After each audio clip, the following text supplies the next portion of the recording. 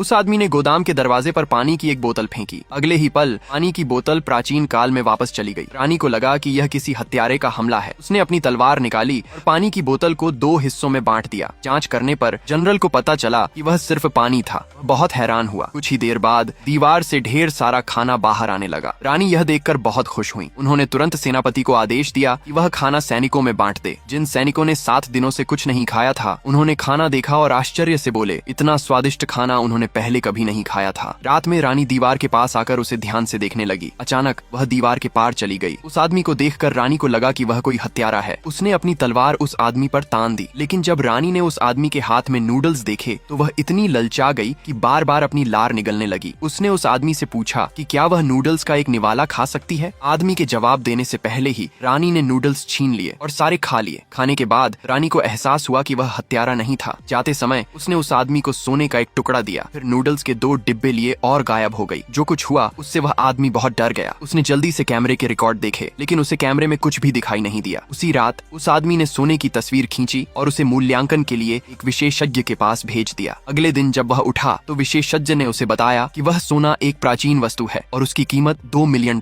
है। वह आदमी इतना हैरान हुआ कि बिस्तर से गिरते गिरते बचा। तभी रानी फिर प्रकट हुई और उस आदमी को नीचे गिरा दिया। रानी ने सोना, चांदी और जवाहरात निकाले और कहा कि वह खाना खरीदना चाहती है। जब उस आदमी ने यह देखा तो उसने तुरंत कहा कि वह गोदाम से जो चाहे ले सकती है। एक दूसरे से परिचय होने पर उस आदमी को पता चला कि रानी प्राचीन काल की थी। अपने सामने दयालु रानी को देखकर वह आदमी उस पर मोहित हो गया। तब से वह आदमी अक्सर रानी को आधुनिक सामान पहुंचाने में मदद करता रहा। उसने न केवल एक नल के जरिए प्राचीन काल में बड़ी मात्रा में पानी भेजा, बल्कि रानी को ढेर सारे आधुनिक व्यंजन भी दिए। लेकिन एक दिन रानी ने बताया कि उसके राज्य पर दुश्मनों ने हमला कर दिया है। उसने उस आदमी से मदद मांगी तो उस आदमी ने उसे एक गुप्त हथियार दिया। अगले दिन दुश्मनों ने अहंकार से रानी को नगर के द्वार के बाहर आत्मसमर्पण करने के लिए कहा। रानी ने उस व्यक्ति द्वारा दिया गया धनुष निकाला और दुश्मनों पर निशाना साधा।